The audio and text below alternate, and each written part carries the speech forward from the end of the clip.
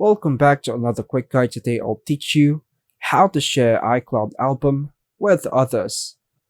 Sharing an iCloud album with others allows you to collaborate and share photos and videos easily. Here's how to create a shared iCloud album and invite others to view or contribute to it. Go to the Settings app on your iPhone. Tap on your name at the top to access Apple ID settings. Tap on iCloud. Then, tap Photos. Toggle iCloud Photos to on if it isn't already.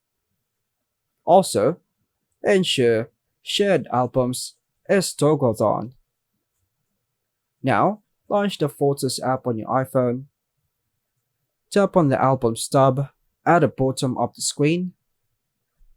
Tap the plus button at the top left corner and choose Use Shared Album. Enter a name for your shared album, such as Family Vacation or Birthday Party. Tap Next and enter the email addresses or phone numbers of the people you want to share the album with. You can add people who use iCloud as well as those who don't.